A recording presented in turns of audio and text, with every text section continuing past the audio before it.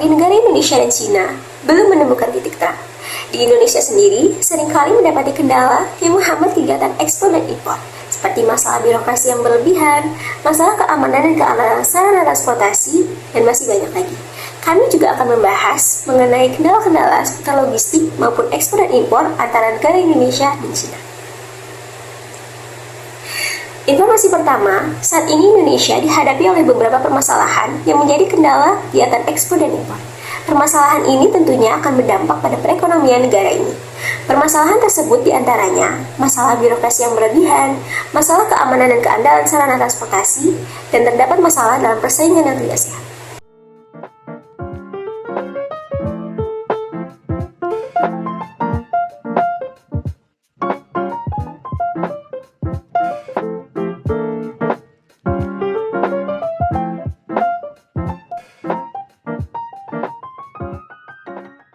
Untuk mengetahui lebih dalam kendala yang terjadi, kami sekarang terhubung dengan narasumber pengamat ekspor dan impor di Indonesia.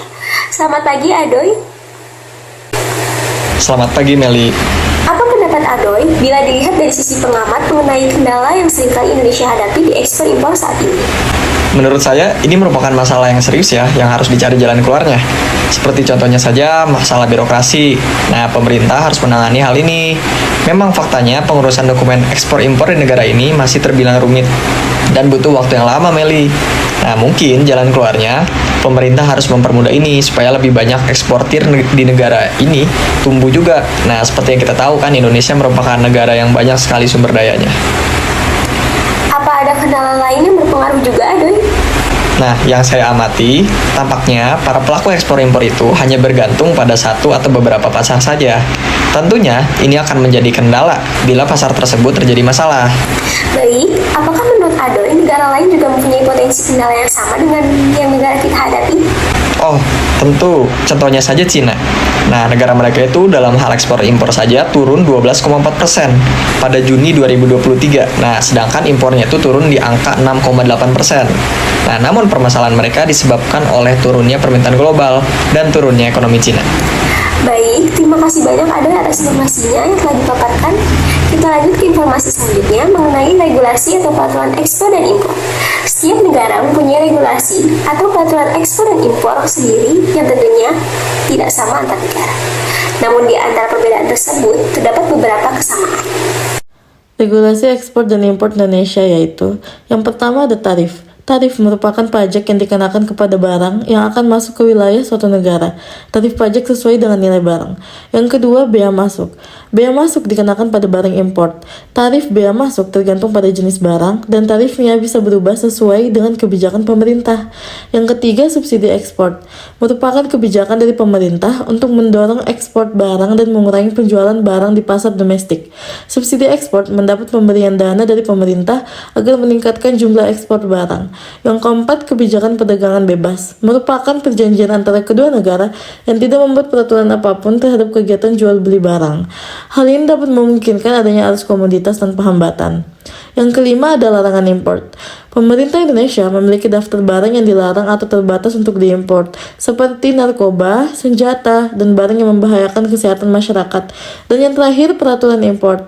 Pemerintah Indonesia mengatur barang melalui Badan Pengawas Perdagangan Berjangka Komoditi dan Badan Pengawas Perdagangan Berjangka Komoditi Indonesia, atau yang disingkat BAPPE-BTI.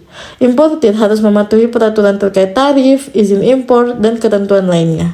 Regulasi Cina. Yang pertama ada izin ekspor impor. Barang yang masuk dan keluar Cina memerlukan izin dari Badan Perdagangan atau otoritas terkait. Yang kedua ada tarif bea masuk. Terdapat tarif bea masuk dengan tarif standar yang bisa berubah sesuai dengan kebijakan pemerintah. Yang ketiga, standar teknis dan kualitas. Produk impor harus memenuhi standar teknis dan kualitas yang ditetapkan oleh pemerintah, termasuk persyaratan keselamatan, lingkungan, dan kesehatan. Yang keempat ada kuota impor. Beberapa barang tunduk pada kuota impor yang mengatur jumlah impor dalam periode tertentu. Yang kelima ada pemeriksaan kebapeanan. Semua barang masuk atau keluar Cina diperiksa untuk penilaian tarif bea masuk dan pemeriksaan fisik. Yang keenam ada Regulasi valuta asing. Cina memiliki kontrol ketat atas valuta asing dengan peraturan ketat mengenai konversi mata uang asing dan transfer dana internasional. Yang terakhir ada perlindungan hak kekayaan intelektual. Cina memiliki regulasi ketat untuk melindungi hak kekayaan intelektual seperti paten, mark dagang, dan hak cipta. Di benak kami muncul pertanyaan mengapa regulasi atau peraturan ditetapkan di semua negara yang melakukan ekspor dan impor. Menurut sumber yang kami cari, mereka menerapkan regulasi atau peraturan ekspor dan impor untuk melindungi keselamatan masyarakat, mengendalikan dampak lingkungan, serta mendukung ekonomi dalam negeri dan mengumpulkan pendapatan pajak. Dilanjut ke informasi penutup hari ini, negara Indonesia dan negara Cina saat ini sama-sama sedang meningkatkan industri logistik, moda transportasi laut dan udara dalam hal ekspor dan impor. Lalu, manakah yang lebih menguntungkan? Mari kita bandingkan antara kedua moda logistik ini.